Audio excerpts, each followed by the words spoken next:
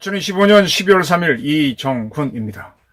지금 민주당을 이끄는 사람은 정청래 대표가 있지만 또 이재명 대통령이 있죠. 이재명 대통령이 민주당을 이끄는 가장 큰 리더라고 보십니까? 저는 전혀 아니다라고 봅니다. 그냥 이재명은 아바타일 뿐, 이재명은 플랫폼일 뿐, 그러한 이재명을 이용해서 수많은 좌익들이 날뛰고 있다. 이것이 현재 이재명과 민주당 정권이 만든 대한민국 정치 현상입니다.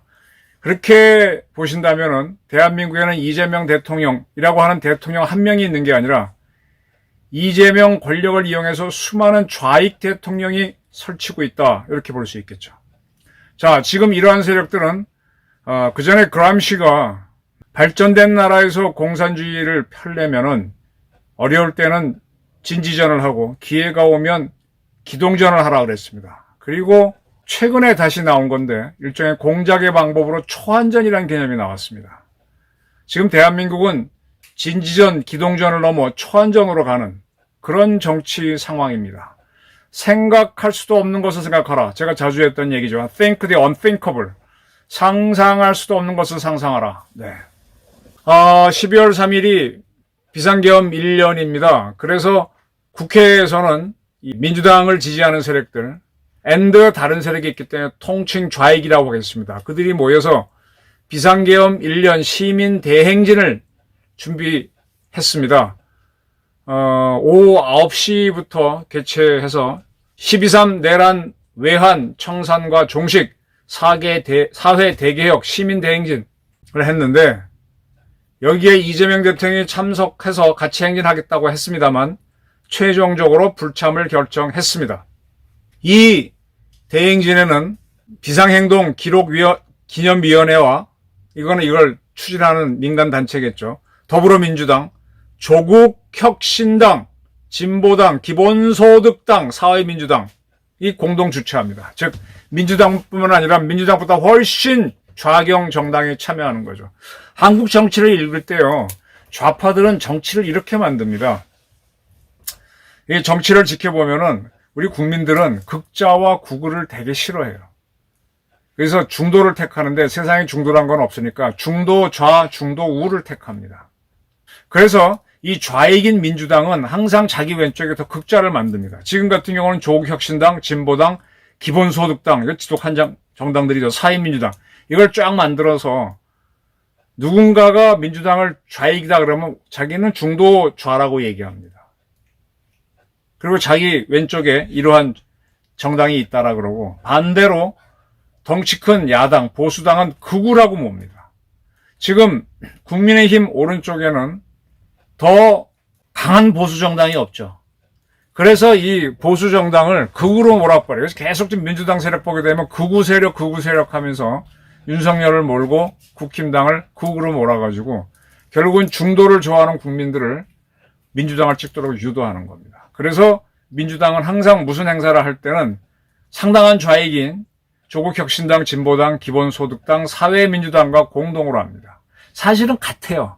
하나의 당이 돼도 되는데 일부러 띄어내서 우당으로 만들어 놓고 극좌의 부담을 그들이 지고 자기는 중도좌의 혜택을 누리는 겁니다. 이게 이들의 정치 전략입니다. 이거를 못 보시는 분들이 많습니다. 근데 정작 자기네가 해야 할 행사가 있으면 같이 하는데 여기에 꽃으로 들어와야 할 빛의 혁명의 주역 이재명 대통령은 경호상의 문제로 불참했다. 경호상의 문제가 뭐냐? 자, 어떤 사람이 이 행진에 참여할지도 모르고 저녁에 열립니다. 껌껌하죠. 그러면 경호 문제가 반드시 생깁니다. 암살이란 걸 생각해 봐야 됩니다. assassination. 이 대통령을 위해하는 세력은요, 제가 항상 얘기할 때 정치학에서는 생각할 수도 없는 것을 생각해야 된다. Think the unthinkable.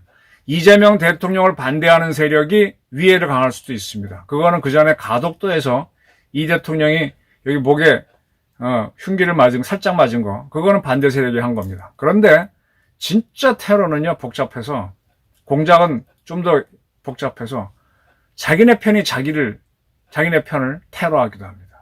그렇게 해서 혼란을 일으키는 거죠. 이게 무슨 얘기인가 하면 북한을 보시면 가장 이해하기 좋을 거예요. 북한이 대한민국에서 자기와 가까운 세력들을 돕기 위해서 반대하는 우익 세력을 제거하는 암살하죠. 물론 박정희 대통령 암살하려고 현충문 사건 또 121 사태 숱하게 했습니다. 그러나 그와 별도로 어떤 공작도 하는가 하면은 박정희 정부에 가장 반대하는 세력을 때로는 테러를 합니다. 그리고 그 책임을 박정희 정부에 떠넘기는 거죠. 이거는 공작에서의 ABC입니다. 이게 바로 초안전의 세계에 나오는 겁니다. 북한이 원하는 거는 자기네 편을 지지하는 세력이 권력을 쥐는 것도 좋지만 그가 희생양이 돼서 남쪽이 더 혼란에 빠지는 게 더 유리할 수도 있죠. 그럼 더 좋은 기회가 오니까. 경호처에서 판단을 했겠죠. 북한이 이재명 대통령을 노릴 수도 있다. 근데 절대 그 얘기는 안 하지만 근데 북한은 이걸 검토합니다. 중국도 이거를 검토합니다. 왜냐고요? 지금 이재명 정권을 북한과 중국이 좋아는 하지만 그가 희생됐을 때 오는 기대가 크다면 그들은 검토합니다. 이게 공작과 정보의 세계를 보는 사람들은 바로 알아차립니다. 자, 이 대통령이 계엄 막은 거 1주년을 기념해서 오부 장관을 초청해서 오찬을 했고 사진을 올렸습니다. 이 자리에서 이 대통령이 사법개혁 어쩌고저쩌고 얘기하니까 조희대 대법원장이 사법개혁에 반대하는 의견을 분명히 밝혔죠. 그런데도 불구하고 이 대통령은 X에다가 그 사진을 올리고 어쩌고저쩌고 했다라고 이렇게 자랑합니다. 적어도 조희대 대법원장은 3부 요인, 5부 요인으로서 대통령 행사에 오찬에 갔지만 자기 입장에서 사법부 입장에서 이야기는 다 합니다. 근데 그걸 알면서도 이재명 대통령은 이 행사를 자랑합니다. 이게 무슨 뜻이냐? 이재명 대통령은요, 대한민국 대통령이지만 지금 좌파 전체를 이끌 만한 그릇이 못 되고 그럴 만한 능력이 없습니다. 운동권에도 서열이 있습니다. 제가 쭉 살아보게 되면 우리 고등학교 다닐 때 전교 1등한 했고 이제 우리는 학도옥단이라 그래서 연대장이라 그랬죠. 그런 친구가 있으면 저도 모르게 회장 왔어 이럽니다. 회장님 오셨어요 이러기도 하고 워낙 공부도 잘하고 씩씩했던 친구니까 그때 한번 형성된 그 서열 관계는 쉽게 깨지 못해요. 그리고 서울대에 나온 친구들을 쭉 보게 되면 제가 주로 의견을 물어봐요. 뭐라고 지시는 못해요. 그게 한번 이렇게 형성되면 깨지 못합니다. 운동권에서도요. 주로 서울대학교 학생들이 이 공산주의 서적을 보면서 정리를 해서 그걸 프린트라고 해갖고 찍어갖고 돌리면은 나머지 대학생들이 좀 보고 그렇게 하는 거죠. 쭉 그 서열이 있습니다. 그래서 옛날에 강철, 김영환 같은 경우가 이제 주사파의 대부가 되는 거고. 근데 사회에 나와서 그런 친구들이 가장 높은 자리에 가느냐? 그렇지는 않습니다. 그건 참 세상은 재밌어서. 저희가 다닌 대학 때에서도 굉장히 그 언더에서 날리던 친구들은 그 후에 잘 안 풀렸어요. 근데 다른 친구가 확 떠서 사회적으로 유명해지고 그렇게 학생 때 유명했던 언더에 있는 친구는 아직도 언더에 있습니다. 그러나 자기네끼리 만나면 그 서열은 유지가 되기 때문에 큰 소리를 못 칩니다. 이재명 대통령은 대학교 운동권 경험이 없고 중앙대학교 서열 가지고는 서울대 연고대에 도저히 필적이 안 됩니다. 그럼 이 사람의 역할은 뭐냐?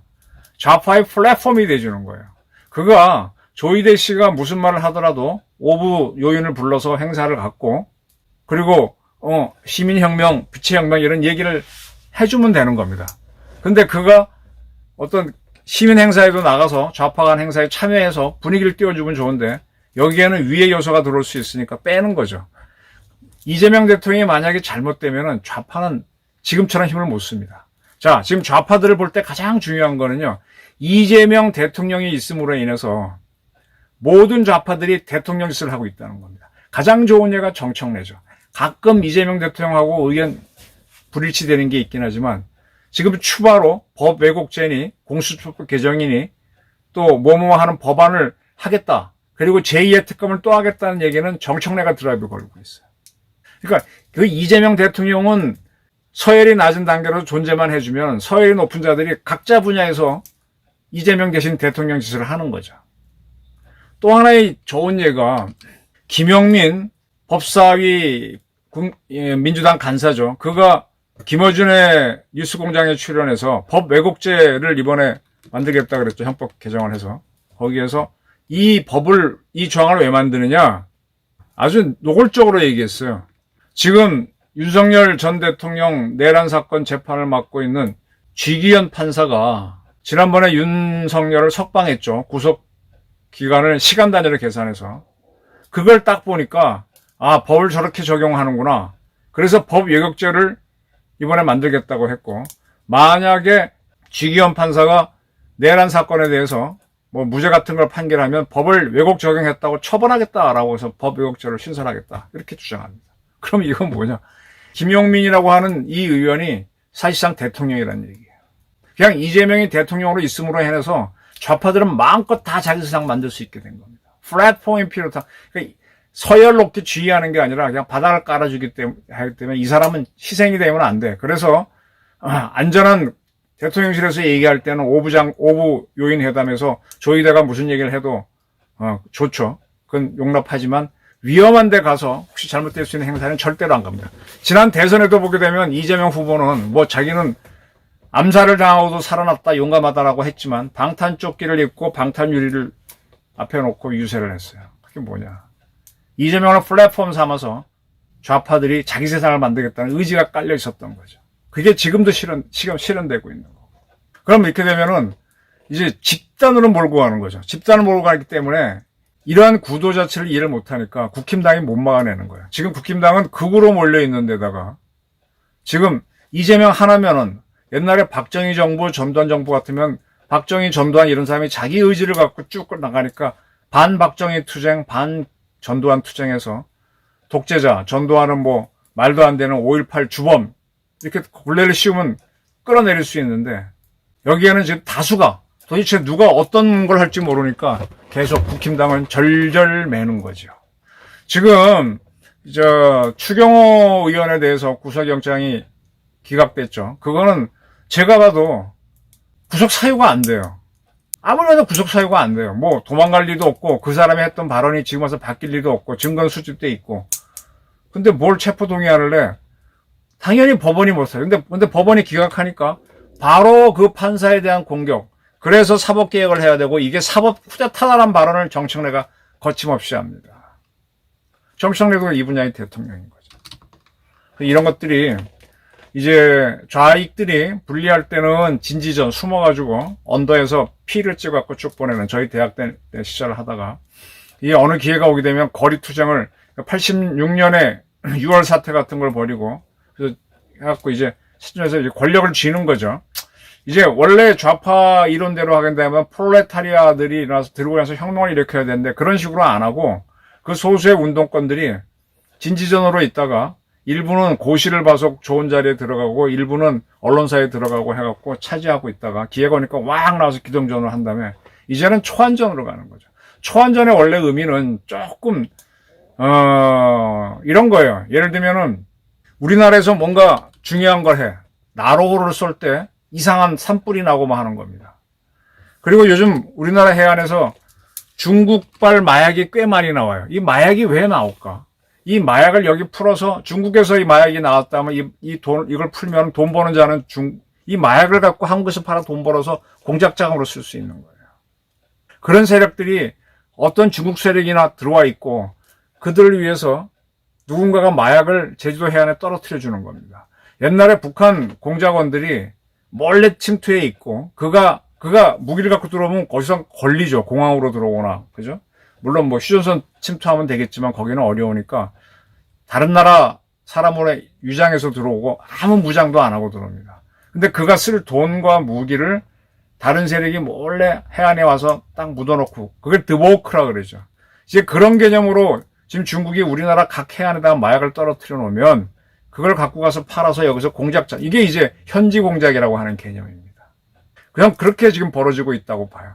그래서 그런 것 중에 일부가 지금 발견돼서 뭐 백혜령, 경정은 뭐 이게 뭐 윤석열하고 관계됐다고 떠들고 있는데 천만의 말씀 거꾸로 봐야 됩니다. 이제 이런 세력들이 지금 중국의 의도대로 움직이는 세력들이 한국이 뭔가 예를 들면 뭐 원자물 뭐 이런 거 할 때마다 뭐가 하나 뻥뻥 터집니다. 조금 사례를 불려드려 볼까요? 다른 사람이 쓴 기사에서 나오는 건데 이건 한국일보에 난 기사인데 초안전에 대해서 임철균 씨가 쓴 기사를 보게 되면 이런 것들이 나옵니다. 중국의 군사전략가 차오량, 왕샹슈이 이들이 저술한 초안전이 있는데 이거는 모든 지금까지 전쟁은 전선에서 왔다 갔다 하지 않습니까? 전선이 아니면 항공기나 미사일이면 조금 더 전선이 아닌 데까지 때리긴 하지만은 이제 사이버 전쟁은 전선도 없죠. 뭐 국경도 없는데 초안전이 이제 그런 개념입니다. 그래서 여기에는 비군사전, 초군사전 뭐 이런 영역들이 있는데 이제 올해 2025년 동시다발 산불이 통계 작성 이래 최대였다. 이 시기는 중국과의 외교 안보 현안 발생 시기가 일정 부분 겹쳐진다라고 봅니다. 봤습니다. 최근 5년간 430차례 방공식별 위협, 그 다음에 중국이 서해 중간 수역에다가 뭐 이상한 물체 설치했죠. 그런 거를 우리가 확인하기 위해서 가면 중국 해경이 출동하고 막 이런 것들이 중국이 한국을 교묘하게 흔드는 겁니다. 중국은 좌익이죠. 좌익의 뿌리죠. 거기다 플랫폼이죠. 지금 중국은요, 미국하고 지금 엄청난 지금 기싸움을 하고 있습니다. 근데 중국 입장에서 한국이 가장 가까이 와 있는 친미 국가니까 이걸 흔들기 위해서 흔드는 겁니다. 그러려면 대한민국에 이재명 정권이 있는 게 좋아요. 근데 한국이 계속 안정적으로 나가면 안 되니까 뭔가 흔듭니다. 마약으로 흔들든 뭐로 흔들든. 이제 그런 것들이 지금 딱히 증거는 없어도 세월이 지나면 나오겠지만 이제 북한 애들이 이런 식으로 공작을 했기 때문에 우리 짐작을 하는 거지. 이렇게 툭툭툭 군사적으로 흔들어. 이게 공작의 ABC입니다. 이런 공작을 더 올라가게 되면 2차 대전 나기 전에 히틀러가 오스트리아하고는 절대로 한 나라가 안 된다라는 조약이 있음에도 불구하고 오스트리아에 대한 나치 땅을 만들어서 나치가 좋다고 막 떠들어대고 그들이 쿠데타를 이리 갔다 실패하고 이리 갔다 실패하다가 그다음에 뭔가 사태가 나니까 독일군을 집어넣어요. 그러면서 오스트리아 피스 유지다, 평화 유지다, 질서 잡기 위해서 갔다라고 해놓고서는 지금 똑같아요. 푸틴이 우크라이나 질서 유지를 위해서 평화 유지군으로 집어넣었다 그랬죠. 근데 그리고 이제 3년, 4년 우리가 전쟁을 갔는데 독일이 오스트리아 집어넣었을 때는 하루 만에 성공합니다. 그리고 그 상태에서 국민투표를 해서 오스트리아가 독일에 합병되는 결과를 맞습니다. 이게 공작전이에요. 이런 것들이 지금 한국이 미국으로부터 분리해서 중국으로 오도록 한국이 뭔가 좀 뭐 하면 자꾸 흔들어댑니다. 그러려면은 이재명이라는 사람을, 대통령을 중국은 여러 가지로 활용을 하죠. 노릴 수도 있고 안 노릴 수도 있고 한국을 흔들 수도 있고 안 흔들 수도 있고 북한도 마찬가지입니다. 근데 이런 것들을 할 때 여기에 좌익성 정치인들이 준동을 하는 겁니다. 그러니까 지금 대한민국은 상당히 위험한 상황이죠. 정치적으로 위험한 상황이에요. 어디서 언제 뭐가 툭툭 일어날지 모릅니다. 지금 국민소득은 굉장히 높다고 자랑하지만 뭐 윤석열 전 대통령이 이번에 12.3 개헌 맞아가지고 1년 맞아갖고 뭐라고 얘기했는데 좌파들 준동 굉장히 심합니다. 지금 언론 같은 경우에 조선일보가 이재명 정권을 비판을 합니다. 그러면서도 12.3 개헌은 잘못됐다고 하는데 그나마 조선일보가 그 정도라도 비판하니까 동아나 중앙 같은 매체들이 조금 쓰죠.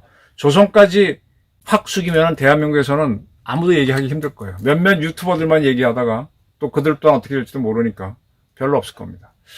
자, 지금 이제 중국을 지원을 받는, 정신적으로 지원받던, 물질적으로 지원받던 또 이런 세력들, 여기서 움직이려면 플랫폼이 필요한데 플랫폼이 이재명 대통령입니다. 그래서 그를 내세워서 상당히 힘든 이야기, 무리한 얘기도 갖다가 물러서면서 하긴 하지만 절대로 안전은 보호하려고 하죠.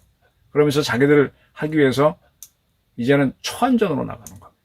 지금 제 이야기는 한국 정치인들이 누구누구에게 포섭되어 있다는 게 아니에요. 이게 포섭되어 있다는 거는 6.25 전쟁 나기 직전에 국회 프락시 사건이라 그래서 우리가 해방되고 나서 정부를 만들었을 때 반민특위, 그러니까 일제에 부역했던 사람들을 잡는 특위의 국회의원들이 있었죠.